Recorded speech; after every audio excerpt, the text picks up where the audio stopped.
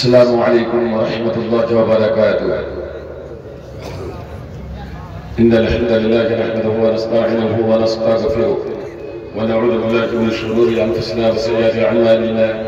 من يهده الله فلا مضل له ومن يضلل فلا هادي له، وأشهد أن لا إله إلا الله وحده لا شريك له، وأشهد أن محمدا عبده ورسوله.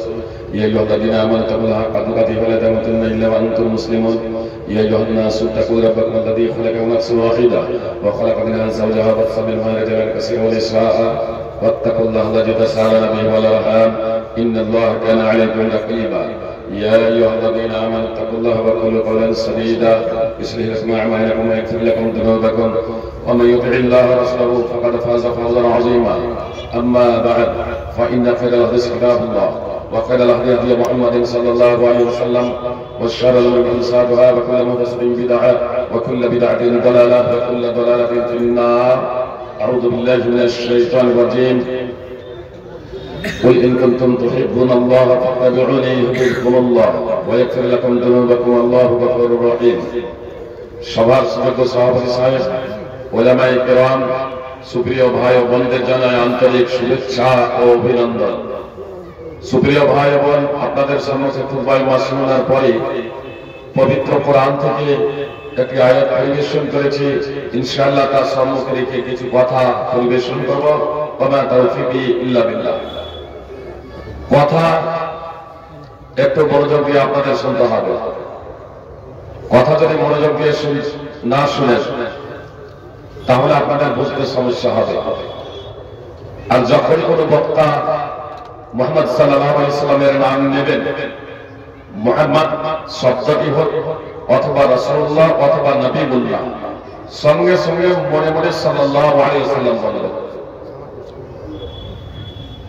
সুপ্রিয় ভাই বোন, আপনাদের সামনে যে আয়াতটি আমি পরিবেশন করেছি সূরা আলে ইমরান 3 নম্বর সূরা 31 নম্বর আয়াত। আল্লাহ তাআলা মুহাম্মদ সাল্লাল্লাহু আলাইহি সাল্লামকে বলতে বললেন, মুহাম্মদ সাল্লাল্লাহু আলাইহি সাল্লামকে উম্মতকে জানিয়ে দিতে বললেন, ঘোষণা দিতে বললেন, তুমি বলে দাও, তুমি বলে দাও, ইন কুনতুম তুহিব্বুনাল্লাহ, যদি তোমরা আল্লাহকে ভালোবাসো, যদি তোমরা আল্লাহকে ভালোবাসো, ফাত্তাবিউনি, তাহলে তোমরা আমার ইত্তেবা করো। আল্লাহ তাআলা মুহাম্মদ সাল্লাল্লাহু আলাইহি সাল্লামকে বলতে বললেন উম্মতকে, জাতিকে, যে যদি তোমরা আল্লাহকে ভালোবাসো তবে আমার ইত্তেবা করো, আমার অনুসরণ করো। ইউহিব্বুকুমুল্লাহ ওয়া ইয়াগফির লাকুম যুনুবাকুম ওয়াল্লাহু গফুরুর রহিম। যদি আমার আনুগত্য করো, আমার অনুসরণ করো, তাহলে আল্লাহ তোমাদের ভালোবাসবেন এবং তোমাদের পাপসমূহ মোচন করে দেবেন, তোমাদের গুনাহ মিটিয়ে দেবেন। আল্লাহ তাআলা অত্যন্ত ক্ষমাশীল, পরম দয়ালু। সুপ্রিয় ভাই বোন, এটি হচ্ছে আলে ইমরানের 31 নম্বর আয়াত। অত্র আয়াতে সেই সমস্ত ব্যক্তিদের ব্যাপারে ফায়সালা করে দিয়েছে যারা মুখে দাবি করে কিন্তু কর্মে প্রমাণ দেয় না মুহাম্মদ সাল্লাল্লাহু আলাইহি সাল্লামের আদর্শ হিসেবে, আইডিয়াল হিসেবে, মডেল হিসেবে মুহাম্মদ সাল্লাল্লাহু আলাইহি সাল্লামকে গ্রহণ করে না। হাফেজ ইমামউদ্দিন ইবনে কাসির রাহিমাহুল্লাহ, পবিত্র কোরআনের অনেকগুলো তাফসীর আছে, তার মধ্যে উলামায়ে কিরামদের নিকটে সবথেকে গ্রহণযোগ্য তাফসীর হলো তাফসীর ইবনে কাসির। এই তাফসীর ইবনে কাসিরের ভাষ্যকার হাফেজ ইমামউদ্দিন ইবনে কাসির রাহিমাহুল্লাহ তিনি বলছেন, আল্লাহ তাআলা ওয়াক্ত আয়াতে ফায়সালা করে দিয়েছেন, যারা মুখে দাবি করে আমরা আল্লাহকে ভালোবাসি কিন্তু তারা মুহাম্মদ সাল্লাল্লাহু আলাইহি সাল্লামের আদর্শে আদর্শিত নয়, তাদের আকীদা এবং বিশ্বাস, তাদের কৃষ্টি কালচার, তাদের তাহজিব তামাদ্দুন, তাদের চরিত্র ও আখলাক মুহাম্মদ সাল্লাল্লাহু আলাইহি সাল্লামের অনুকরণে নয়, অনুসরণে নয়, মুহাম্মদ সাল্লাল্লাহু আলাইহি সাল্লামকে আইডিয়াল ও মডেল হিসেবে গ্রহণ করে না, জানতে হবে তারা তাদের দাবিতে মিথ্যাবাদ। অতএব তারা স্পষ্টভাবে বলছেন, যদি আমাকে ভালোবাসো তবে মুহাম্মদ সাল্লাল্লাহু আলাইহি সাল্লামের তোমরা অনুসরণ করো। সুপ্রিয় ভাই বন্ধু, মুহাম্মদ সাল্লাল্লাহু আলাইহি সাল্লাম একদিকে ছিলেন রাসূল, একদিকে নবী, তো একদিকে রাষ্ট্রনায়ক, একদিকে মুজাহিদ, পৃথিবীর শ্রেষ্ঠতম আদর্শবান। মুহাম্মদ সাল্লাল্লাহু আলাইহি সাল্লাম নবী হওয়ার আগে অত্যন্ত বিচক্ষণ এবং বুদ্ধিমান ছিলেন। সুতরাং মুহাম্মদ সাল্লাল্লাহু আলাইহি সাল্লামের বয়স যখন প্রায় 20 বছর, একটি সংগঠন প্রতিষ্ঠা করেছিলেন, যে সংগঠনের নাম ছিল হিলফুল ফদল তথা ন্যায় নিষ্ঠার প্রতিজ্ঞা। আরবের মাটিতে সাম্যবাদ প্রতিষ্ঠার লক্ষ্য এবং উদ্দেশ্যে, ন্যায় এবং ইনসাফ প্রতিষ্ঠার লক্ষ্য এবং উদ্দেশ্যে, নিরীহ নির্যাতিত মানুষদের সেবাদানের লক্ষ্য এবং উদ্দেশ্যে, নারীদের মর্যাদা দানের লক্ষ্য এবং উদ্দেশ্যে, সাম্প্রদায়িক সম্প্রীতি বজায় রাখার লক্ষ্য এবং উদ্দেশ্যে হিলফুল ফদল নামে একটা সংগঠন প্রতিষ্ঠা করেছিলেন। যখন মুহাম্মদ সাল্লাল্লাহু আলাইহি সাল্লাম যৌবনের প্রাক্কালে পদার্পণ করছিলেন, মাত্র 20 বছর বয়স। আর যখন 35 বছর বয়স হল, তখন নবী হন নাই। কত বড় বিচক্ষণ এবং বুদ্ধিমান ছিলেন মুহাম্মদ সাল্লাল্লাহু আলাইহি সাল্লাম, সেই ঘটনা থেকে আপনারা বুঝতে পারবেন যে আবু জাহেল, আবু লাহাবেরা, কুরাইশ, কাফের, মুশরিকরা, আরবের বিভিন্ন গোত্রের লোকেরা, তারা কাবার পুনর্নির্মাণের লক্ষ্য এবং উদ্দেশ্যে চাঁদা সংগ্রহ করে কাবার নির্মাণ প্রকল্প যখন শুরু করেছিল, পুনর্নির্মাণ যখন কাবার শুরু করেছিল, হাজরে আসওয়াদের স্থান পর্যন্ত যখন গাঁথুনি হয়ে গেল, হাজরে আসওয়াদকে তার স্থানে কে রাখবে, কে মর্যাদা অর্জন করবে, হাজরে আসওয়াদের মতো পাথরকে তার স্থানে রেখে সেই মর্যাদাটা কে অর্জন করবে, একে কেন্দ্র করে প্রত্যেক ব্যক্তি যখন এই দাবি করে বসলো যে আমি সহস্র হাজরে আসওয়াদকে তার স্থানে রাখবো, এমনকি তারা শেষ পর্যায়ে এ দাবি করে বসলো আমার দ্বারা যদি এটা সম্ভব না হয়, অন্তত আমার গোত্রের গোত্রপতি এই কাজটা করবে। কিন্তু আরবের মাটিতে অনেকগুলো গোত্র ছিল, আর প্রত্যেকে এই দাবি করে বসেছিল। রক্তপাতের উপক্রম হয়েছিল, কয়েকদিন ধরে কাজ বন্ধ ছিল, প্রাচীর গাথার, দেওয়াল গাথার কাজ বন্ধ ছিল। পরিশেষে মুহাম্মদ সাল্লাল্লাহু আলাইহি সাল্লাম এমন সুষ্ঠুভাবে বিচক্ষণতার সহিত সেই সমস্যার সমাধান করেছিলেন। আবু জাহেল, আবু লাহাব, আপনার মারবের মুশরিকরা, তারা পর্যন্ত মুহাম্মদ সাল্লাল্লাহু আলাইহি সাল্লামকে দেখে এই কথা বলতে বাধ্য হয়েছিল, হাদা আমিন কাদারাতিন, হাদা মুহাম্মদ, ইনি তো আমানতদার, ইনি তো বিশ্বস্ত, এর প্রতি আমরা সন্তুষ্ট, ইনি হলেন মুহাম্মদ সাল্লাল্লাহু আলাইহি ওয়াসাল্লাম। সুপ্রিয় ভাই বন্ধু, তখন মুহাম্মদ সাল্লাল্লাহু আলাইহি ওয়াসাল্লামের বয়স মাত্র 35 বছর। তখনও নবী হন নাই, তখনও রাসূল হন নাই। আর এত সুষ্ঠুভাবে সমস্যার সমাধান করলেন যে আরবের বড় বড় লিডার, নেতারা ব্যর্থ হয়েছে। সুপ্রিয় ভাই বন্ধু, বিস্তারিত ঘটনা ভ্রমণে করে, তবে আপনারা শফিউর রহমান মোবারকপুরের বিখ্যাত বয়ান রাহিকুল মাকতুম মাতৃভাষায় হয়ে গেছে আমাদের, সেটা আপনারা অধ্যয়ন করবেন, সেটা আপনারা অধ্যয়ন করবেন। সুপ্রিয় ভাই বন্ধু, এবার সিরাতুর রাসূল ডক্টর আশরাফুল্লাহ গালিবের এটাও আপনারা অধ্যয়ন করতে পারেন। বলার লক্ষ্য এবং উদ্দেশ্য হলো যে মুহাম্মদ সাল্লাল্লাহু আলাইহি সাল্লাম নবী হওয়ার আগেও অত্যন্ত বিচক্ষণ এবং বুদ্ধিমান ছিলেন। তারপরেও মুহাম্মদ সাল্লাল্লাহু আলাইহি সাল্লাম জন্মসূত্রে ঈমান কি এটা অবগত হতে পারেননি। যদিও মুহাম্মদ সাল্লাল্লাহু আলাইহি সাল্লাম বিশ্ববিখ্যাত নবী ইসমাঈল আলাইহিস সালামের বংশধর ছিলেন। ইব্রাহিম আলাইহিস সালামের দুই স্ত্রী সারা এবং হাজার, হাজারকে আমরা হাজেরা বলে থাকি, তাই সারা এবং হাজার, সারার গর্ভে ইসহাক আর হাজারের গর্ভে ইসমাঈল আলাইহিস সালাম। ইসহাকের বংশে প্রচুর নবী রাসূল জন্মগ্রহণ করেছিলেন, আর ইসমাঈল আলাইহিস সালামের বংশে মুহাম্মদ সাল্লাল্লাহু আলাইহি সাল্লাম ছাড়া দ্বিতীয় কোন নবী জন্মগ্রহণ করেন নাই। এ থেকে প্রতীয়মান হয় যে মুহাম্মদ সাল্লাল্লাহু আলাইহি সাল্লাম ইসমাঈল আলাইহিস সালামের বংশধর। তারপরেও 40 বছর বয়স হয়ে যাওয়া পর্যন্ত যতক্ষণ না আল্লাহ তাআলা ওহী মারফতে মুহাম্মদ সাল্লাল্লাহু আলাইহি ওয়াসাল্লামকে জানালেন যে ঈমান কি, ততক্ষণ পর্যন্ত মুহাম্মদ সাল্লাল্লাহু আলাইহি ওয়াসাল্লাম বুঝতে পারেন নাই, জানতে পারেন নাই, অবগত হতে পারেন নাই যে ঈমান কি। এ কথা আমি বলছি এমন নয়, স্বয়ং আল্লাহ তাআলা পবিত্র কোরআনে বলেছেন, মা কুনতা তাদরি মাল কিতাবু ওয়াল ঈমান, মুহাম্মদ সাল্লাল্লাহু আলাইহি ওয়াসাল্লাম তুমি ঈমান কি, কিতাব কি এটা জানতে না।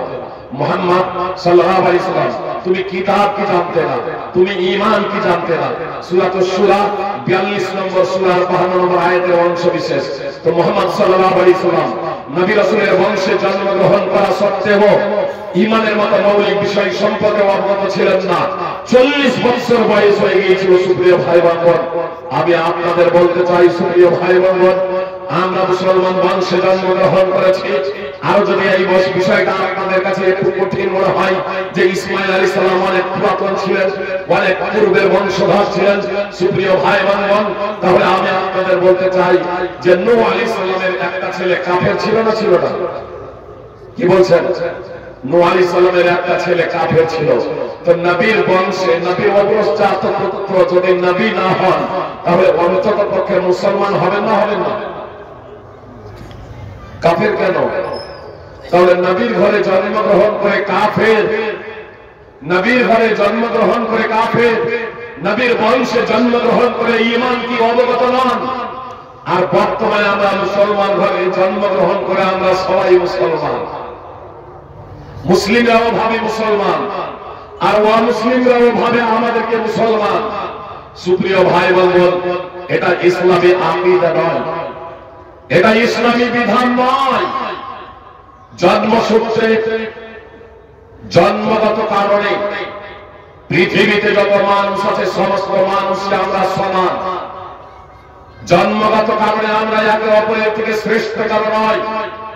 সূরা হুজুরাত 49 নম্বর সূরার 13 নম্বর আয়াত এবং সূরা নিসা 4 নম্বর সূরার 1 নম্বর আয়াত তাফসীর সহ দ্রষ্টব্য। এবং এই বিষয়ে মুহাম্মদ সাল্লাল্লাহু আলাইহি ওয়াসাল্লাম বিদায় হজ্জে আইয়ামে তাশরীকের মাঝে 12ই যুলহিজ্জা মিনার মাঠে খুতবা প্রদান করতে গিয়ে যে বক্তব্য পরিবেশন করেছিলেন, সেটা দ্রষ্টব্য মুসনাদ আহমদ হাদিস নম্বর 23489। জন্মগত কারণে রূপ সৌন্দর্যের মাধ্যমে আমরা একে অপরের থেকে শ্রেষ্ঠতর নয়, বরং আমরা সকলেই সমান। এই প্রসঙ্গে একাধিক হাদিস আছে। সহিহ বুখারী 485 নম্বর হাদিস, সহিহ মুসলিম হাদিস নম্বর 2658। সুপ্রিয় ভাই বোন, আমরা একে অপরের থেকে শ্রেষ্ঠতর নয়, জন্মগতভাবে আমরা সবাই সমান। আর এজন্য যদি শিশু অবস্থায় কারো মৃত্যু হয়ে যায়, ইনশাআল্লাহ সে জান্নাতে যাবে, স্বর্গে যাবে। সামর বিন জুনদাব রাদিয়াল্লাহু তাআলা আনহু সূত্রে বর্ণিত হাদিস, সহিহ বুখারী হাদিস নম্বর 7047। এখন আমরা সাবালক সাবালিকা হয়ে গেছি, বালেগ বালেগা হয়ে গেছি।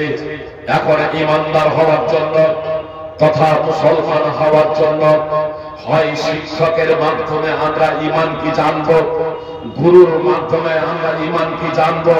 সে গুরু একজন মাওলানাও হতে পারেন, মৌলভী সাহেবও হতে পারেন, আব্বা আম্মাও হতে পারেন। জি, আব্বা আম্মাও হতে পারেন। তাহলে ঈমান কি জন্মগতভাবে আমরা কেউ জানতে পারি না, যতক্ষণ পর্যন্ত না আমরা কারো কাছে শিক্ষা অর্জন করব যে ঈমানটা কি। সুপ্রিয় ভাই বোন, মুহাম্মদ সাল্লাল্লাহু আলাইহি ওয়াসাল্লাম জানতে পারেন নাই। 40 বছর বয়সে আল্লাহ তাআলা ওহী মারফতে জানান, আমার আপনার কাছে ওহী আসবে না, আমার আপনার কাছে জিবরিল আলাইহিস সালাম ওহী নিয়ে আসবেন না। মুহাম্মদ সাল্লাল্লাহু আলাইহি ওয়াসাল্লাম ভবিষ্যৎবাণী করেছেন, 30 জন মিথ্যাবাদী লোক যতক্ষণ না নিজেকে নবী বলে দাবি করবে, কিয়ামত সংঘটিত হবে না। সহিহ বুখারী হাদিস নম্বর 7121। সুপ্রিয় ভাই বোন, মির্জা গোলাম আহমদ কাদেরী সহ যারা নিজেদেরকে কখনো ইমাম মেহেদী, ঈসা এবং নবী বলে দাবি করেছেন, জেনে রাখবেন এরা হচ্ছে মিথ্যাবাদী, এরা হচ্ছে মিথ্যাবাদী। জান্নাতে যাওয়ার এদের পশ্চিমকারও প্রশ্নই নেই। আর যতক্ষণ পর্যন্ত আপনি তাদের মতো ব্যক্তিদের মিথ্যাবাদী না জানবেন, ততক্ষণ পর্যন্ত মুসলমান হতে পারবেন না। তাহলে মুহাম্মদ সাল্লাল্লাহু আলাইহি সাল্লাম ওহী মারফতে জানলেন আমাকে আপনাকে জানতে হবে, গুরুর মাধ্যমে আমাকে আপনাকে জানতে হবে, অন্যের মাধ্যমে ঈমানটা কি।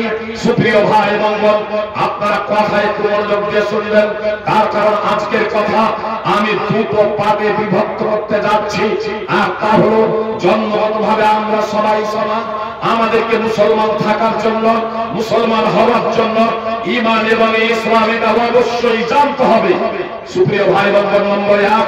আর নম্বর 2, এই ইসলাম এবং ঈমানের প্রচার এবং প্রসার করার জন্য তথা মুহাম্মদ সাল্লাল্লাহু আলাইহি সাল্লামের আদর্শকে গ্রহণ করার জন্য, মুহাম্মদ সাল্লাল্লাহু আলাইহি সাল্লামের অনুসরণ করার জন্য, মুহাম্মদ সাল্লাল্লাহু আলাইহি সাল্লামের ইত্তেবা করার জন্য আমাদের অবশ্যই পবিত্র কোরআন এবং সুন্নাহ জানতে হবে। আসল প্রথম মুহাম্মদ সাল্লাল্লাহু আলাইহি সাল্লামের ইত্তেবা করার জন্য আল্লাহ তাআলা যে বললেন মুহাম্মদ সাল্লাল্লাহু আলাইহি সাল্লামের ইত্তেবা করার জন্য, যে যারা আল্লাহকে ভালোবাসো মুহাম্মদ সাল্লাল্লাহু আলাইহি সাল্লামের ইত্তেবা করো। তো মুহাম্মদ সাল্লাল্লাহু আলাইহি সাল্লামের ইত্তেবা করব কেমন? মুহাম্মদ সাল্লাল্লাহু আলাইহি সাল্লাম কে ছিলেন? মুহাম্মদ সাল্লাল্লাহু আলাইহি সাল্লামের আনিত বিষয় কি ছিল? তিনি কি নিয়ে এসেছিলেন? আমাদের কি দিয়েছিলেন? তার চরিত্র কেমন ছিল? তিনি রাষ্ট্রনায়ক, রাষ্ট্র শাসক হয়েছিলেন, তিনি কিভাবে, এই বিষয়গুলো যদি আমাদের জানা না থাকে তাহলে সুপ্রিয় ভাই বোন, আমরা বিভ্রান্তিতে ঘুরপাক খাবো, আমরা বিভ্রান্তিতে হাবুডুবু খাবো। যেমন আন আকিমুদ্দিন ওয়ালা তাতাফাররাকু ফি, এই আয়াতের কেউ কেউ অনুবাদ করছে তোমরা রাষ্ট্র প্রতিষ্ঠা করো। সূরাতুশ শূরা 42 নম্বর সূরা 13 নম্বর আয়াত। সুপ্রিয় ভাই বোন, অত্র আয়াতে আল্লাহ তাআলা 5 জন নবী রাসূলের কথা উল্লেখ করেছেন, সেখানে ঈসা আলাইহিস সালামের উল্লেখ রয়েছে। সুপ্রিয় ভাই বোন, তো আল্লাহ তাআলা যে রাষ্ট্র প্রতিষ্ঠার কথা বললেন, তাহলে রাষ্ট্র প্রতিষ্ঠার কথা বললেন, তো ঈসা আলাইহিস সালাম তো রাষ্ট্র প্রতিষ্ঠা করতে সক্ষম হন নাই, তিনি কি ব্যর্থ হয়েছিলেন? সুপ্রিয় ভাই বোন, আসলে কি এখানে রাষ্ট্র প্রতিষ্ঠা কথা আপনাদের বলি, রাষ্ট্র প্রতিষ্ঠার জন্য আজকে তো বিভিন্ন মুসলিমরা বিভিন্ন নাম দিয়েছে, রাষ্ট্র প্রতিষ্ঠার জন্য, রাষ্ট্র কায়েমের জন্য বাংলাদেশে প্রকাশ্যভাবে আপনার মিটিং মিছিল করছে। সুপ্রিয় ভাই বোন, কোন সমস্যা আছে? রাষ্ট্র প্রতিষ্ঠার জন্য কোনো সমস্যা নাই, কিন্তু আল্লাহ তাআলা আয়াতে কি বলছেন? আনাকিমুদ্দিন ওয়ালা তাতাফাররাকু ফি কাবুরা আলাল মুশরিকিনা মা তাদউহুম ইলাই, তোমরা দ্বীন কায়েম করো, আর দ্বীনে বিষয়ে তোমরা বিভিন্ন দলে বিভক্ত হয়ে যেও না। আর যেদিকে তোমরা মুশরিকদের জন্য এটা খুব কঠিন, যেদিকে তোমরা মুশরিকদেরকে আহ্বান জানাচ্ছ, তো মুশরিকদেরকে আহ্বান কোন দিকে জানানো হয়?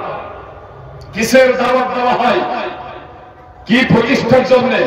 সুপ্রিয় ভাই বোন, যদি আমরা যথার্থভাবে মুহাম্মদ সাল্লাল্লাহু আলাইহি সাল্লাম সম্পর্কে জ্ঞানার্জন না করি, মুহাম্মদ সাল্লাল্লাহু আলাইহি সাল্লাম যা কিছু আমাদের দিয়েছেন সেই বিষয় সম্পর্কে আমাদের যদি সঠিক ধারণা না থাকে, তাহলে এই কোরআনের আয়াতেও অপব্যাখ্যা শুরু করে দেবেন। সুপ্রিয় ভাই বোন, মুহাদ্দিসিনে কেরামদের ব্যাখ্যা এবং বিশ্লেষণ দেখবেন। এখানে আসলে তাওহীদ, সমস্ত নবী রাসূল যে বিষয়ে ঐক্যমত পোষণ করেছেন, তাওহীদ প্রতিষ্ঠা এবং শিরকের মূলোৎপাটন মূলত পৃথিবীতে, এজন্য এই নবী রাসূলকে আল্লাহ তাআলা প্রেরণ করেছিলেন। আল্লাহ তাআলা বলেন, ওয়ালাকাদ বাসনা ফি কুল্লি উম্মাতিন রাসূলান আন ইবুদুল্লাহ ওয়া ইজতানিবুত তাগুত। আল্লাহ বলেন আমি প্রত্যেক জাতির মধ্যে রাসূল প্রেরণ করেছি এই মর্মে যে তোমরা আল্লাহর ইবাদত করবে এবং তাগুতকে বর্জন করবে।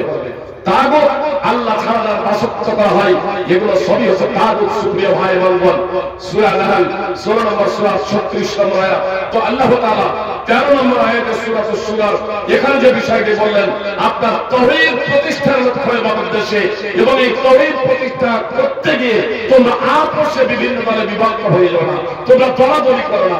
সুপ্রিয় ভাই এবং বোন, আজকে মুসলিম জাতি এই তাওহীদকে বাস্তবায়ন করতে গিয়ে, তাওহীদ প্রতিষ্ঠা করতে গিয়ে আপনারা নানা দলে বিভক্ত হয়ে গেছে।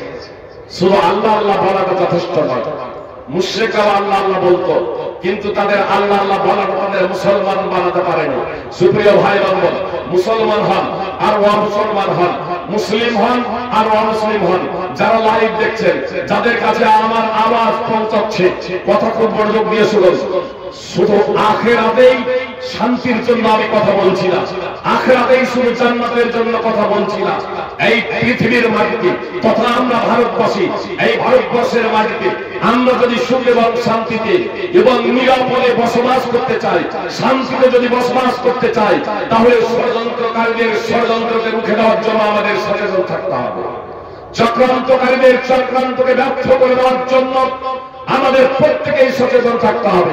আপনি মুসলমান হন আর আপনিও মুসলমান হন, আর যদি আমরা সচেতন না থাকি তাহলে এক শ্রেণীর মানুষের ষড়যন্ত্রে এ জাতি তথা ভারতবাসী আপনার অকালে এদের জীবনটা শেষ করে দেবে। সুপ্রিয় ভাই এবং বোন, আপনারা অবগত আছেন, 1-2 মাস সময় নেই বিস্তারিত আলোচনা করা। আপনার গত 8 তারিখে মুর্শিদাবাদের কাশিম বাজারে তাপস মণ্ডল নামে একজন হিন্দু আপনার কালী মূর্তি লাঠি দিয়ে ভাঙছে। ক্যামেরা বন্দী হচ্ছে, ক্যামেরায় ধরা পড়ছে, বলেছে তাপস মণ্ডল হিন্দু। যদি এটা ধরা না পড়তো তাহলে গেলে আপনাদের মতো মুসলমান, হানজালের মতো মুসলমান এদেরকে অ্যারেস্ট করা হতো যে এরাই ভেঙেছে, এরা ভাঙিয়েছে। সুপ্রিয় ভাই এবং বোন, কথা খুব মনোযোগ দিয়ে শুনুন। তারও কয়েকদিন আগে আপনার নদিয়াতে সরস্বতী মূর্তি ভাঙতে গিয়ে 4 জন হিন্দু ধরা পড়ে, তার মধ্যে একজন বিজেপির কর্মী, বিজেপির নেতা। সুপ্রিয় ভাই এবং বোন, এর আগে আপনার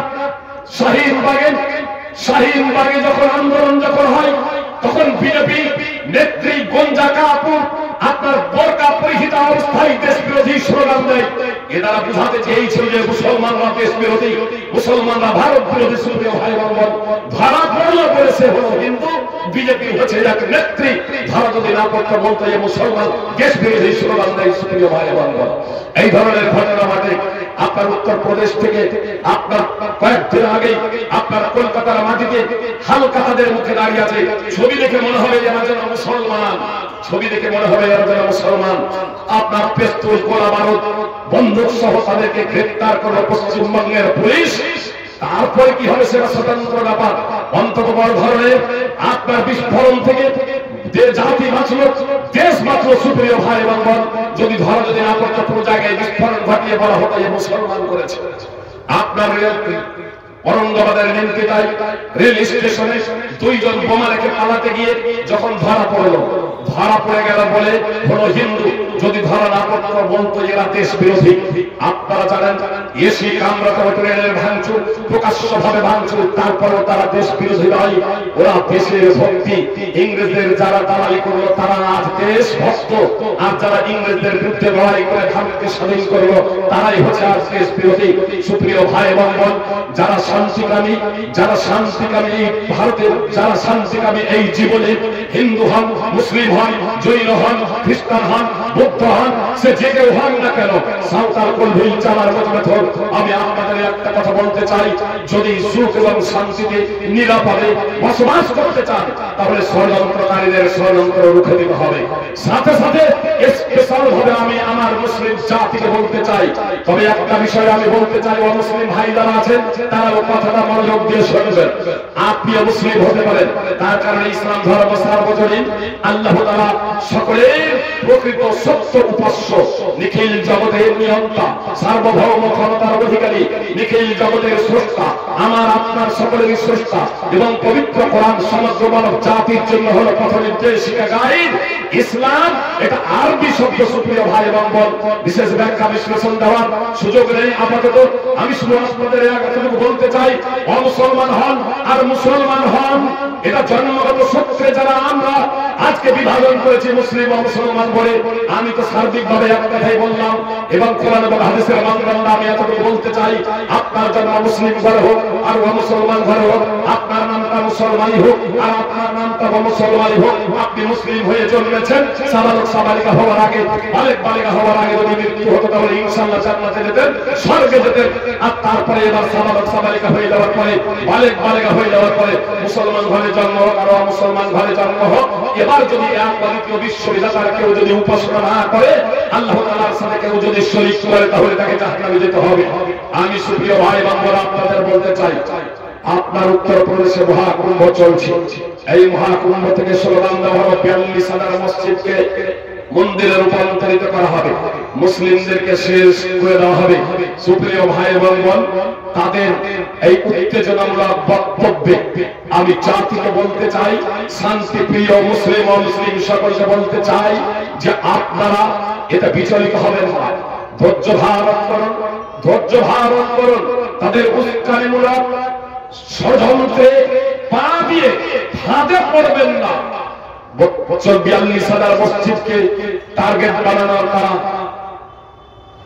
ইচ্ছা প্রকাশ করেছে যে মন্দির বানিয়ে দেবে, মুসলমানদেরকে শেষ করে দেবে। সুপ্রিয় ভাই বোন, আমি আপনাদের বলতে চাই, আমরা ওই পাথরের উপাসনা করি না, ক্ষমতাহীন প্রতিমা দেবী দেবতার আমরা উপাসনা করি না, যারা ওই মসজিদের নিচে নাকি চাপা পড়ে যায়, এই ধরনের দেবী দেবতার আমরা উপাসনা করি না। মুসলমান আপনাদের জানা উচিত যে আমরা যে মহান সত্তার উপাসনা করি, সর্বশক্তিমান সর্বশক্তিমান মহান সত্তার উপাসনা করি, তিনি যা ইচ্ছা তাই করতে পারেন। তিনি ছাড় দেন, তবে ছেড়ে দেন না, ছাড় দেন, ছেড়ে দেন না। লস অ্যাঞ্জেলেসে যুক্তরাষ্ট্রে আমেরিকার কিছুদিন আগে আপনারা দেখলেন 10 থেকে 12 দিন একটানা কন্টিনিউ দাউ দাউ করে আগুন জ্বলে আপনার আগুন নিভানো নিয়ন্ত্রণের বাইরে চলে গিয়েছিল, মানুষের আয়ত্তের বাইরে চলে গিয়েছিল, বাড়ি ঘর সবকে তছনছ করে দিয়েছে, কোটি কোটি বিলিয়ন ডলার ক্ষতি হয়েছে। কয়েকদিন পরে দ্বিতীয়বার আগুন লেগেছিল। আপনার আমেরিকার বিমান, উড়োজাহাজ এবং হেলিকপ্টার সংঘর্ষ বেড়ে আপনার মারা যায় সব সৈন্য, যা হেলিকপ্টারে ছিল এবং বিমানে সব মারা যায়।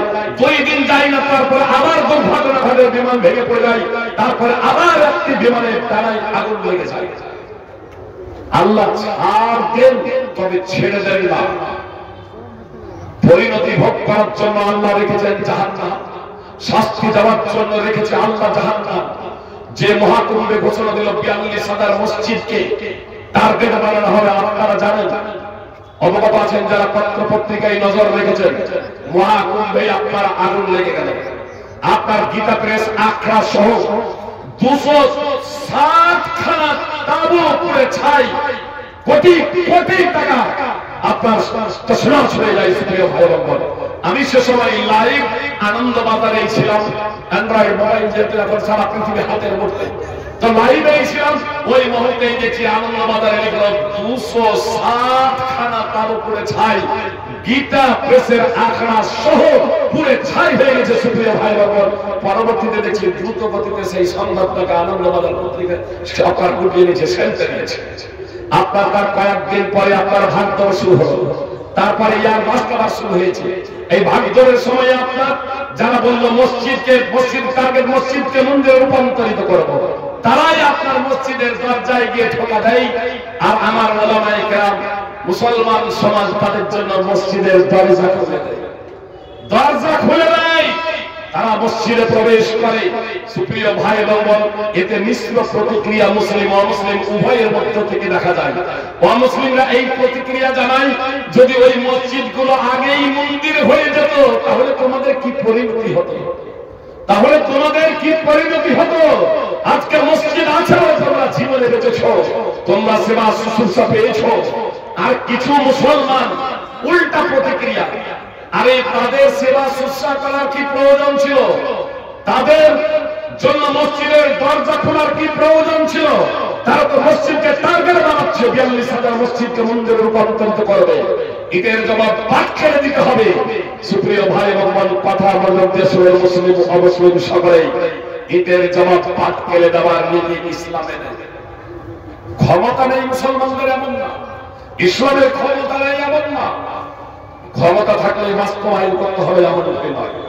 তার কারণ আমার আপনার নবী তথা বিশ্ব মানবতার পথ প্রদর্শক মুহাম্মদ সাল্লাল্লাহু আলাইহি সাল্লাম নিখিল বিশ্বের মানুষের জন্য এসেছিলেন রাসূল হিসেবে, পথ প্রদর্শক হিসেবে, মানুষকে জাহান্নাম থেকে বাঁচানোর জন্য। মানুষকে জাহান্নাম থেকে বাঁচানোর জন্য মা আয়েশা রাদিয়াল্লাহু তাআলা আনহা বলছেন, আল্লাহ রাসূল, উহুদের দিন থেকে কি আপনার নিকটে এমন কোন দিন উপস্থিত হয়েছিল যে দিনটি আপনার নিকটে কঠিন ছিল? আপনারা জানেন উহুদের দিন নবী সাল্লাল্লাহু আলাইহি ওয়াসাল্লামের পবিত্র দাঁত ভেঙে গিয়েছিল, 70 জন সাহাবী শহীদ হয়ে গিয়েছিলেন। সুপ্রিয় ভাই বন্ধু, সেই কথা দিকে ইঙ্গিত করে মা আয়েশা বললেন, সেই দিন থেকে কঠোরতম দিন কি আপনার জীবনে কখনো এসেছিল? রাসূল সাল্লাল্লাহু আলাইহি ওয়াসাল্লাম বললেন, হ্যাঁ, তাইফের দিন। ওই তাইফে আমি আমার সাথে তাইফবাসীরা আচরণ করেছিল। আল্লাহ তাআলা আরশ সমাসীন তিনি ফেরেশতা পাঠিয়ে দিয়েছিলেন, জিবরিল আলাইহিস সালাম এলেন আর আসার পরে বললেন যে এই যে একজন পাহাড়ের ফেরেশতা আসছেন, আপনি এই পাহাড়ের ফেরেশতাকে যা নির্দেশ দেবেন তাই তিনি করবেন। আল্লাহ তাআলা প্রেরণ করেছেন, সেই পাহাড়ের ফেরেশতা মুহাম্মদ সাল্লাল্লাহু আলাইহি ওয়াসাল্লামের কাছে এলেন আর আসার পরে সালাম দিলেন। সালাম দেওয়ার পরেই বললেন, আল্লাহ তাআলা আপনার কাছে আমাকে প্রেরণ করেছেন, আপনার সাথে আপনার জাতি কওম যে আচরণ করেছে সবকিছু আল্লাহ শুনেছেন। আপনার যদি নির্দেশ হয় তাহলে দুই পাহাড় দিয়ে পিষে তাইফবাসীকে চূর্ণ বিচূর্ণ করে দেব। মুহাম্মদ সাল্লাল্লাহু আলাইহি সাল্লামের আর রক্ত ঝরবে না, আর কষ্ট হবে না। যে আচরণ করেছে মেরে রক্তে রক্তাক্ত করে দিয়েছে। মুহাম্মদ সাল্লাল্লাহু আলাইহি সাল্লাম আমাদের মতো হলে বলতেন, হ্যাঁ এবার ব্যাটারদের মজা একটু চাখিয়েই দাও। কিন্তু মুহাম্মদ সাল্লাল্লাহু আলাইহি সাল্লাম রাহমাতুল লিল আলামিন, দয়ার সাগর, তিনি বললেন, বাল আরজু আন ইউখরিজাল্লাহু মিন আসলাবিহিম মান ইয়াবুদুল্লাহ ওয়াহদা লা ইউশরিক বিহি শাইআ। বরং আমি আশা করি আল্লাহ তাআলা তাদের বংশধর থেকে এমন ছেলে মেয়েকে বের করবেন যারা একমাত্র আল্লাহর দাসত্ব করবে, আল্লাহর সাথে কাউকে শরীক করবে না। সহিহ বুখারী হাদিস নম্বর 3231, সহিহ মুসলিম হাদিস নম্বর 1795। সুপ্রিয় ভাই বন্ধু, মুহাম্মদ সাল্লাল্লাহু আলাইহি ওয়াসাল্লাম মারার নির্দেশ দিলেন না। এরা আমাকে চিনতে পারেনি, এরা আমাকে বুঝতে পারেনি। এরা যদি ইসলাম কবুল না করে তাদের বংশধর একদিন ইসলাম কবুল করবে এবং এক আল্লাহর দাসত্ব করবে, এক আল্লাহরই উপাসনা করবে। সুপ্রিয় ভাই বন্ধু, মুহাম্মদ সাল্লাল্লাহু আলাইহি ওয়াসাল্লাম কত মহানুভবতার পরিচয় দিয়েছেন, তিনি কিভাবে মানুষকে ক্ষমা করে দিয়েছেন। সুপ্রিয় ভাই বন্ধু, এই প্রসঙ্গে প্রচুর হাদিস রয়েছে। সুপ্রিয় ভাই বন্ধু, বিস্তারিত আলোচনা করার সময় নেই, আমি শুধু একটা ঘটনা আপনাদের সামনে এই প্রসঙ্গে বলি। আপনারা জানেন যে মুহাম্মদ সাল্লাল্লাহু আলাইহি ওয়াসাল্লামের সাথে মক্কার মুশরিকরা কি আচরণ করেছিল। মুহাম্মদ সাল্লাল্লাহু আলাইহি ওয়াসাল্লামকে মক্কা ত্যাগ করতে বাধ্য করেছিল। অনেক সাহাবী সাহাবিয়াকে নির্মমভাবে অন্যায়ভাবে হত্যা করেছিল। অষ্টম হিজরিতে মক্কা বিজয় করলেন। অষ্টম হিজরিতে তথা নবুয়াতের 21তম বছরে মুহাম্মদ সাল্লাল্লাহু আলাইহি ওয়াসাল্লাম মক্কা জয়লাভ করলেন। আর মক্কার মুশরিক কাফের ওয়া মুসলিমরা নিজেদের অপরাধকে স্মরণ করে তারা পরাজিত হয়েছে। নিজেদের অপরাধকে স্মরণ করে যে মুহাম্মদ সাল্লাল্লাহু আলাইহি ওয়াসাল্লাম খুনের বদলা নেবেন, এই অপরাধকে স্মরণ করে তারা ঘরে প্রবেশ করে দরজা জানালা বন্ধ করে দিয়েছিল। আবু হুরায়রা রাদিয়াল্লাহু তাআলা আনহু প্রত্যক্ষদর্শী, তিনি বলছেন মুহাম্মদ সাল্লাল্লাহু আলাইহি ওয়াসাল্লাম আদালতে পেশ করা তো দূরের কথা, বদলা নেওয়া তো দূরের কথা, ভর্ৎসনা পর্যন্ত করলেন না, তিরস্কার করলেন না, বরং ক্ষমা করে দিলেন। বললেন, তোমাদেরকে ক্ষমা করে দেওয়া হলো, তোমরা স্বাধীন। মুহাম্মদ সাল্লাল্লাহু আলাইহি ওয়াসাল্লাম এই ক্ষমা বাণী শুনে মক্কার মুশরিক কাফেররা নিজেদের দরজা খুলে এবার বের হচ্ছে। আবু হুরায়রা রাদিয়াল্লাহু তাআলা আনহু বলছেন, ঘর থেকে বের হচ্ছে তখন আমাদের চোখে মুখে উদাসীনতার ছাপ, ভয় ভীতির ছাপ। তারা ঘর থেকে বের হচ্ছে যেন হাসরের ময়দানে কবর থেকে উঠছে ফাতাকাল ফিল ইসলাম, কালেমায়ে শাহাদাত পড়ে তারা মুসলমান হয়ে গেল। ইমাম বাইহাকীর সুনানুল কুবরা হাদিস নম্বর 18275। সুপ্রিয় ভাই এবং বোন, ইনি হলেন মুহাম্মদ সাল্লাল্লাহু আলাইহি ওয়াসাল্লাম। গাওরা সাকরা মুহাম্মদ সাল্লাল্লাহু আলাইহি ওয়াসাল্লামকে হত্যা করার জন্য এসেছে, হত্যা করার জন্য, শত্রু ভেবে, ফিতনাবাজ ভেবে, জঙ্গি ভেবে হত্যা করার জন্য এসেছে। আর মুহাম্মদ সাল্লাল্লাহু আলাইহি ওয়াসাল্লামের তরবারি খানা মাথার উপরে ধারণ করে বলছে, ও সমস্ত তরবারি নাই আমনাউকা মিন্নি, আমার হাত থেকে আপনাকে কে রক্ষা করবে। মুহাম্মদ সাল্লাল্লাহু আলাইহি ওয়াসাল্লামের অন্তরে অন্তঃস্থল থেকে বের হয়ে গেল, আল্লাহ মুহাম্মদ সাল্লাল্লাহু আলাইহি ওয়াসাল্লামের অন্তরের অন্তঃস্থল থেকে যখন এই বাক্য বের হচ্ছে আল্লাহ, তখন মুহাম্মদ সাল্লাল্লাহু আলাইহি ওয়াসাল্লামের অন্তর থেকে যখন এই বাক্য বের হচ্ছে আল্লাহ, এই শব্দ বের হচ্ছে আল্লাহ, তখন মুশরিকের হাত থেকে তরবারি পড়ে যাচ্ছে। ফাসাকাতা সাইফু মিন ইয়াদি, মুশরিকের হাত থেকে তরবারি পড়ে যাচ্ছে। মুহাম্মদ সাল্লাল্লাহু আলাইহি ওয়াসাল্লাম তরবারি ধরলেন, প্রশ্ন করিয়ে দিলেন, আমার হাত থেকে তোমাকে কে রক্ষা করবে? সে বলল, উনকা খায়রা আখিদিন, আপনি তো খুব ভালোভাবে তরবারি ধরে আছেন, অর্থাৎ আপনি যেভাবে তরবারি ধরে আছেন আমার আর বাঁচার কোনো পথ নেই, পূর্ণ আপনার নাগালের মধ্যে চলে এসেছি, পূর্ণ আপনার নিয়ন্ত্রণের মধ্যে চলে এসেছি, এখন আপনি আমাকে হত্যা করে দিতে পারেন। মুহাম্মদ সাল্লাল্লাহু আলাইহি ওয়াসাল্লাম দয়ার সাগর, যে সমস্ত মানুষকে জাহান্নামের পথ থেকে জান্নাতে নিয়ে যাওয়ার জন্য, জাহান্নাম থেকে জান্নাতে নিয়ে যাওয়ার জন্য, সুপ্রিয় ভাই এবং বোন, শয়তানের উপাসনা থেকে আল্লাহর দাসত্বে পরিণত করার জন্য এসেছেন।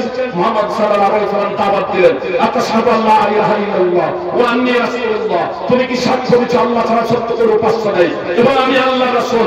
যে সত্য যে মুহাম্মদ সাল্লাল্লাহু আলাইহি ওয়াসাল্লামকে হত্যা করতে এসেছে, তাকেও মুহাম্মদ সাল্লাল্লাহু আলাইহি ওয়াসাল্লাম দাওয়াত দিচ্ছেন, তুমি কি ইসলাম কবুল করছো? সে বলল, আমি ইসলাম কবুল করব না। তারপরেও মুহাম্মদ সাল্লাল্লাহু আলাইহি ওয়াসাল্লাম তাকে হত্যা করেন নাই। কেন হত্যা করেন নাই? আল্লাহ কোরআনে বলেছেন, লা ইকরাহা ধর্মে বাধ্যবাধকতা নাই। সূরা বাকারা 2 নম্বর সূরা 256 নম্বর আয়াত। সুপ্রিয় ভাই এবং বোন, মুসলমানকে বলপূর্বক মুসলমান বানানো যাবে না, এই প্রেক্ষাপটে এই আয়াত অবতীর্ণ হয়েছে। সুনানে আবি দাউদ হাদিস নম্বর 2682। সুপ্রিয় ভাই এবং বোন, কিন্তু ইসলাম পেশ করতে হবে, ইসলাম পেশ করতে হবে জাতির সামনে, মুসলিমদের সামনে ইসলাম আপনাকে সুন্দরভাবে পেশ করতে হবে। এটা মুহাম্মদ সাল্লাল্লাহু আলাইহি ওয়াসাল্লামের নির্দেশ ছিল। মুহাম্মদ সাল্লাল্লাহু আলাইহি ওয়াসাল্লাম ইসলাম পেশ করলেন, কে বলল ইসলাম কবুল করব না? মুহাম্মদ সাল্লাল্লাহু আলাইহি ওয়াসাল্লামকে সে বলল, আমি ইসলাম কবুল করব না, তবে অঙ্গীকার করছি আপনার বিরুদ্ধে লড়াই করব না, আপনার বিরুদ্ধে যারা সংগ্রাম করে তাদের আমি সঙ্গ দেব না, তাদের আমি সঙ্গ দেব না। মুহাম্মদ সাল্লাল্লাহু আলাইহি ওয়াসাল্লাম শুধু এই কথার ভিত্তিতে তাকে ছেড়ে দিলেন, এই কথার ভিত্তিতে তাকে ছেড়ে দিলেন। মুহাম্মদ সাল্লাল্লাহু আলাইহি ওয়াসাল্লামকে দুশমন, শত্রু, জঙ্গি, সন্ত্রাসী ভেবে হত্যা করতে এসেছিল। আর মুহাম্মদ সাল্লাল্লাহু আলাইহি ওয়াসাল্লামের আদর্শকে যখন দেখলো, মুহাম্মদ সাল্লাল্লাহু আলাইহি ওয়াসাল্লামের চরিত্র সম্পর্কে যখন অবগত হলো, মুহাম্মদ সাল্লাল্লাহু আলাইহি ওয়াসাল্লামের সাথে যখন সে কথাবার্তা বলল, মুহাম্মদ সাল্লাল্লাহু আলাইহি ওয়াসাল্লামের আচরণ দেখলো, এতটাই মুগ্ধ হয়েছিল যে শত্রুকে পেয়েও, যে তরবারির নিচে পেয়েও পূর্ণ নিয়ন্ত্রণে যে হত্যা করতে এসেছিল তাকেও যে নির্দ্বিধায় ক্ষমা করে দিতে পারেন, এত মহান মানুষ পৃথিবীতে পাওয়া খুব মুশকিল। সেই ব্যক্তি যে মুহাম্মদ সাল্লাল্লাহু আলাইহি ওয়াসাল্লামকে দুশমন ভেবে হত্যা করতে এসেছিল, জাতির কাছে যখন ফিরে যাচ্ছে তখন বলছে, কাজে জিতকুম মিন ইনদি খায়রিন নাস, আমি তোমাদের নিকটে এলাম পৃথিবীর শ্রেষ্ঠতম ব্যক্তির কাছ থেকে। এবার হয়ে গেল মুহাম্মদ সাল্লাল্লাহু আলাইহি ওয়াসাল্লাম ওই মুশরিক ইসলাম কবুল করে নাই, শত্রু ভেবে হত্যা করতে এসেছিল, কিন্তু মুহাম্মদ সাল্লাল্লাহু আলাইহি ওয়াসাল্লাম পৃথিবীর শ্রেষ্ঠতম ব্যক্তি, তার নিকটে। মুসনাদ আহমদ হাদিস নম্বর 14929, 15190। হাদিসটি সংক্ষিপ্তভাবে সহিহ বুখারী এবং মুসলিমেও আছে। শেষ করছি। সুপ্রিয় ভাই বোন, আমি সাধারণত 10টার পর বক্তব্য রাখি না, মানে মূল পয়েন্টে আলোচনা করার অনেক ছিল, কিন্তু আমার দিক থেকে এই সমস্যা, সুপ্রিয় ভাই বোন, বক্তা আরো অনেক আছে, এজন্য আমি কয়েক মিনিট শুধু আপনাদেরকে বলবো, কথাগুলো একটু মনোযোগ দিয়ে শুনবেন। সুপ্রিয় ভাই বোন, মুহাম্মদ সাল্লাল্লাহু আলাইহি ওয়াসাল্লামের যে আনুগত্য আমাদেরকে করতে হবে, তো মুহাম্মদ সাল্লাল্লাহু আলাইহি ওয়াসাল্লাম কে ছিলেন এটা আমাদের জানতে হবে। সুপ্রিয় ভাই বোন, মুহাম্মদ সাল্লাল্লাহু আলাইহি ওয়াসাল্লাম কেমন ছিলেন? অমুসলিমদের কাছে, অমুসলিমরা জানে না, অমুসলিমরা জানে না, এক শ্রেণীর মানুষ মুসলমানদের লেবাস, পোশাক, মুখোশ পরে যত্রতত্র বোমা বিস্ফোরণ ঘটায়, আর মুসলমানদের নাম নেই। আর তখন অনেকেই ভাবে, হ্যাঁ এটাই হচ্ছে ইসলাম, এরাই হচ্ছে মুসলমান, এরাই করে। কিন্তু আলহামদুলিল্লাহ, আপনার সার্বিকভাবে যদিও মূল অপরাধীকে কাঠগড়ায় দাঁড় করানো হয় নাই, কিন্তু কিছুটা সচেতনতা ও তৎপরতার কারণে অপরাধীরা ইদানিং ধরা পড়তে শুরু করেছে, অপরাধীরা ধরা পড়তে শুরু করেছে। সুপ্রিয় ভাই বোন, এজন্য আমি আপনাদেরকে বলবো, সুপ্রিয় ভাই বোন, যে আমরা মুসলিম, আমাদের আদর্শটা কি, এটা আমাদেরকে আচরণের মাধ্যমে মুহাম্মদ সাল্লাল্লাহু আলাইহি ওয়াসাল্লামের আদর্শের মাধ্যমে এবং অন্যদের কাছে ইসলামের বার্তা পৌঁছে দেওয়ার মাধ্যমে আমাদেরকে ইসলামটাকে যদি আমরা পুরোপুরি মেনে চলতে পারি তাহলে ইনশাআল্লাহ এই পৃথিবীতে আমরা শাসন ক্ষমতা আবার ফিরে পাবো, এই দুনিয়াতেও আমরা সফলতা অর্জন করতে পারবো, আর আখিরাতেও আমরা সফল হব ইনশাআল্লাহ। শুধু এই কথাটা আমি আপনাদের বলি যে ইহুদি জাতি কত নিকৃষ্টতম জাতি। আল্লাহ তাআলা পবিত্র কোরআনে তাদের প্রসঙ্গে বলেছে যে ইহুদিরা নবী রাসূলকে হত্যা করেছে। আজকে যে ফিলিস্তিনের উপরে নির্বিচারে গুলি চালাচ্ছে তো যে চালাতেই পারে, নবী রাসূলকেও হত্যা করেছে, তারা আল্লাহ কোরআনে এই কথা বলেছেন। আর মুহাম্মদ সাল্লাল্লাহু আলাইহি ওয়াসাল্লামের জীবদ্দশা তো একই মজলিসে একই সভাতে দুই ধরনের কথা। তাদের শ্রেষ্ঠতম ধর্মীয় পণ্ডিত আব্দুল্লাহ ইবনে সালামের ব্যাপারে যখন আব্দুল্লাহ ইবনে সালামের ইসলাম কবুলের বিষয়টা অবগত হয় নাই, তখন তারা বলে ইহুদিরা যে আব্দুল্লাহ ইবনে সালাম আমাদের ধর্মের সবথেকে বড় পণ্ডিত, শ্রেষ্ঠতম ব্যক্তি, আর তার পিতাও ছিল ধর্মের বড় পণ্ডিত, শ্রেষ্ঠতম ব্যক্তি। আর যখন আব্দুল্লাহ ইবনে সালাম ওই মুহূর্তে ওই সভাতে ঘর থেকে বের হয়ে এসে বলছে আশহাদু আল্লা ইলাহা ইল্লাল্লাহ ওয়া আশহাদু আন্না মুহাম্মাদান আবদুহু ওয়া রাসূলুহু, তৎক্ষণাৎ ওই ইহুদিরা বলছে আরে আব্দুল্লাহ ইবনে সালাম তো একেবারে আমাদের মধ্যে সবথেকে নিকৃষ্ট ব্যক্তি, ধর্মের কোনো কিছু বুঝেই না, ওর বাবা ছিল সবথেকে নিকৃষ্ট। এই হচ্ছে ইহুদিদের চরিত্র। সেই ইহুদি প্রসঙ্গে শুরু একটু আপনারা কথা শুনে নেন। সেই ইহুদিদের আল্লাহ রাসূল সাল্লাল্লাহু আলাইহি ওয়াসাল্লামের একটা খাদেম ছিল, ইহুদি ছেলে, যখন অসুস্থ হলো রাসূল সাল্লাল্লাহু আলাইহি ওয়াসাল্লাম তাকে দেখতে গেলেন। অসুস্থ হলো দেখতে গেলেন রাসূল সাল্লাল্লাহু আলাইহি ওয়াসাল্লাম, বেমার কুরসির জন্য গেলেন। আর বেমার কুরসির জন্য যাওয়ার পরে রাসূল সাল্লাল্লাহু আলাইহি ওয়াসাল্লাম তাকে ইসলামের দাওয়াত দিলেন, আল্লাহর দিকে আহ্বান করলেন। তার মাথার নিকটে তার পিতা বসেছিল, তো সেই ছেলেটি তার পিতার দিকে তাকাচ্ছে।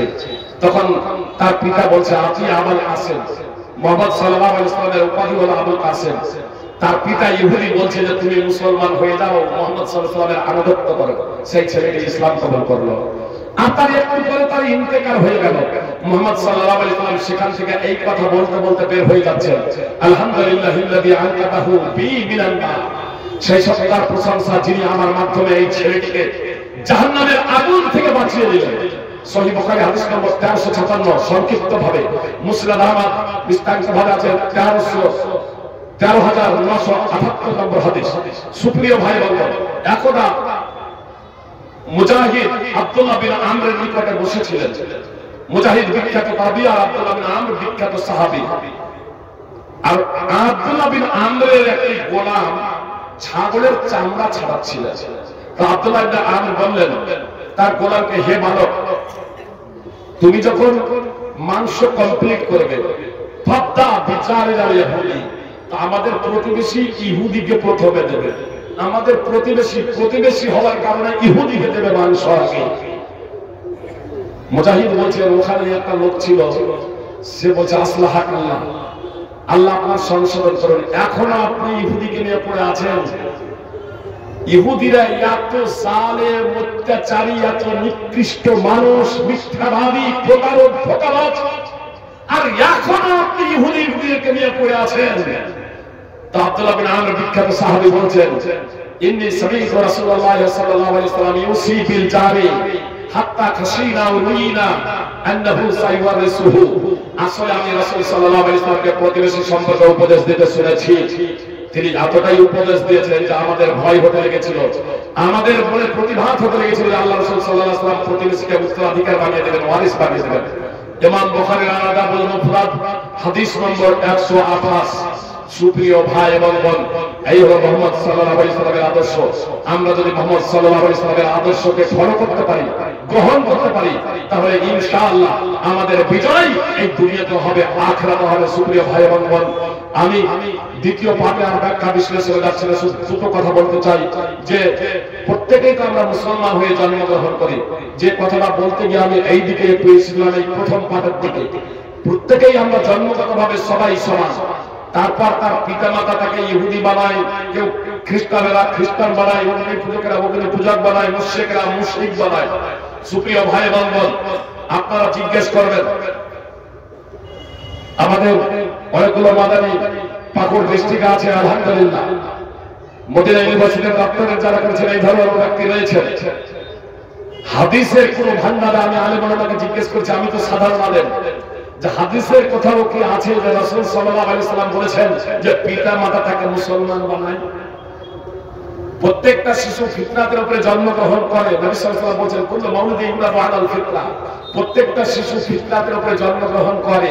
ফাআবাহু হাবিদানিহি আও নাসরানিহি আও মাজুসানি, তারপর তার পিতামাতা তাকে ইহুদি বানায় অথবা খ্রিস্টান বানায় অথবা অগ্নি পূজক বানায়, অপর একটি বর্ণনা আমি শারিকানিহি, অথবা তাকে মুশরিক বানায়।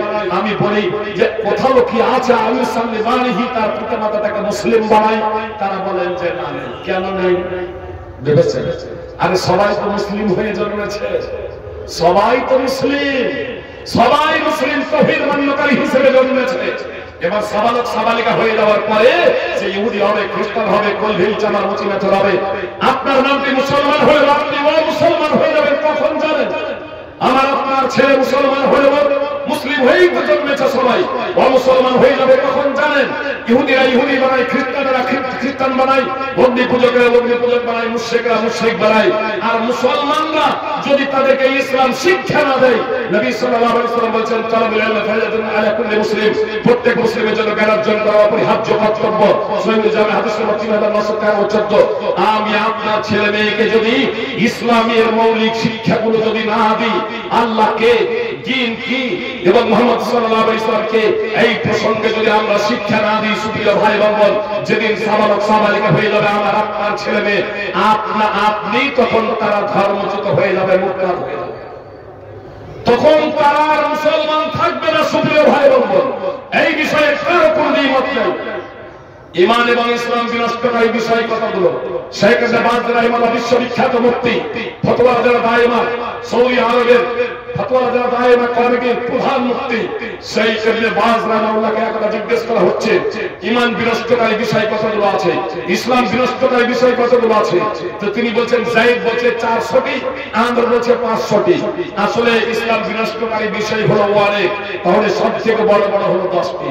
আর 10 নম্বর বিষয় যা আমি আপনাদের এটাই বলে কথা ইতি করছি, আল ইরাদান দীনিল্লাহ ওয়া হুয়া লা ইয়াতাআল্লামুহু ওয়া লা ইয়ামালু বি, দ্বীন আল্লাহর দ্বীন থেকে বিমুখ হয়ে যাওয়া, আল্লাহর দ্বীন কি সে সম্পর্কে না জানা, সে সম্পর্কে জ্ঞান অর্জন না করা এবং তার প্রতি আমল না করা।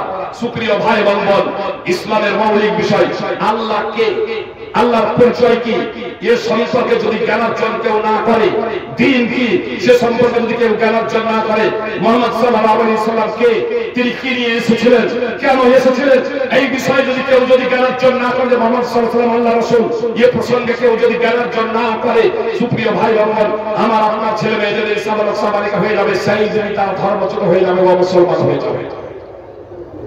এদের দ্বারা মাথা গণনা তো করা যায়, কিন্তু কোরআন এবং হাদিসের মানদণ্ডে মুসলমানরা ইসলাম থেকে বের হয়ে যায়।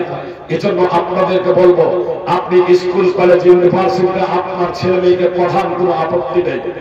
আপনি স্কুল কলেজ ইউনিভার্সিটিতে পড়ান, কোনো আপত্তি নেই। আপনি ইংলিশ মিডিয়ামে ভর্তি করেন, কোনো আপত্তি নেই। এমনকি আপনি সংস্কৃতেও পড়ান, কোনো আপত্তি নেই। কিন্তু আপত্তি তখন, সমস্যা তখন যখন আপনি আপনার ছেলে মেয়েকে ইসলাম কি, আল্লাহকে, মুহাম্মদ সাল্লাল্লাহু আলাইহি সাল্লামকে, রাসূল সাল্লাল্লাহু আলাইহি সাল্লামকে এই বিষয়ে আপনি জ্ঞান দেবেন না। সুপ্রিয় ভাই বোন, আমরা বাবা হিসেবে, আমরা অভিভাবক হিসেবে ব্যর্থ এই জায়গাতে যে আমরা আমাদের ছেলে মেয়েদেরকে স্কুলে দিই, ইংলিশ মিডিয়ামে দিই, কলেজে দিই, কিন্তু আমরা আমাদের ছেলে মেয়েদেরকে ইসলামের মৌলিক শিক্ষা দিই না। সুপ্রিয় ভাই বোন, আপনাদের কাছে আমার বিনীত অনুরোধ, যদি মুসলিম থাকতে হয়, মুসলিম যদি হতে হয়, নিজের ছেলেদেরকে যদি ভালোবাসেন প্রকৃত অর্থে, তবে অবশ্যই ছেলে মেয়েকে ইসলামের শিক্ষা দেবেন, ইসলামের মৌলিক শিক্ষা অবশ্যই দেবেন। এ কথা বলে আমার কথা ইতি করছি। আব্দুল্লাহ তাআলা হানজালা ভাই যে প্রতিষ্ঠান স্থাপন করেছেন, সুপ্রিয় ভাই বোন, প্রচলিত ধারা অনুযায়ী ইচ্ছা করলে আপনার টাকা পয়সা আদায় করতে পারতেন, পেশাদারি বক্তাদেরকে ডেকে আপনার গেহে টাকা সংগ্রহ করতে পারতেন। জি, কিন্তু সেই পদ্ধতি অবলম্বন না করে কোরআন এবং সুন্নাহ যাতে আপনারা যথার্থভাবে শুনতে পান, কোরআন এবং সুন্নাহ বুঝতে পারেন, সেই লক্ষ্য উদ্দেশ্য নিয়ে আপনার ওই সব বক্তাকে এড়িয়ে গিয়ে মূলত কোরআন এবং হাদিস বিচক্ষণভাবে পেশ করার জন্য আলোচকদেরকে সুযোগ দিয়েছেন এবং আপনাদের জন্য শোনানোর ব্যবস্থা করেছেন। এর অর্থ এই নয় যে প্রতিষ্ঠানের টাকার প্রয়োজন নাই, অর্থের প্রয়োজন নাই। সুপ্রিয় ভাই বোনেরা, অনেক অনাথ শিশুও রয়েছে। এই জন্য আপনাদের কাছে বিনীত অনুরোধ, আপনারা আপনাদের সার্বিকভাবে সাহায্যের হাত বাড়িয়ে দেবেন। অর্থের দিক থেকে ছেলেদের দিয়ে মেয়েদের দিয়ে, মানে ছেলেদের শিক্ষার জন্য মেয়েদের শিক্ষার জন্য, এবং অর্থ দিয়েও সাহায্য সহায়তা করবেন। যাদের ছেলে মেয়ে নেই আপনার টাকা আছে, এই টাকা সম্পর্কে সঠিক জায়গাতে আপনারা খরচ করুন। সুপ্রিয় ভাই বোনেরা, ইনশাআল্লাহ আমরা যদি প্রকৃত অর্থে ইসলামকে ওই ভিখারির জায়গায় না নিয়ে গিয়ে, আপনার মেলা জালসা জৌলুসের জায়গায় না নিয়ে গিয়ে আমরা যদি কোরআন এবং সুন্নাহকে যথাযথভাবে বাস্তবায়নের প্রচেষ্টা করি, সুপ্রিয় ভাই বোনেরা, যদি এইভাবে আমরা যদি সভাগুলো যদি সাজাতে পারি, সভাগুলো যদি তৈরি করতে পারি, তাহলে ইনশাআল্লাহ আমাদের ভবিষ্যতে এই মুসলিম জাতির উন্নয়ন আমি প্রত্যক্ষ করছি। আল্লাহ তাআলা আমাদের সকলেই পবিত্র কোরআন এবং সুন্নাহকে যথাযথভাবে বুঝে সেই অনুযায়ী জীবনযাপন করার তৌফিক দান করেন। আমিন। আসসালামু আলাইকুম ওয়া রাহমাতুল্লাহি ওয়া বারাকাতুহু।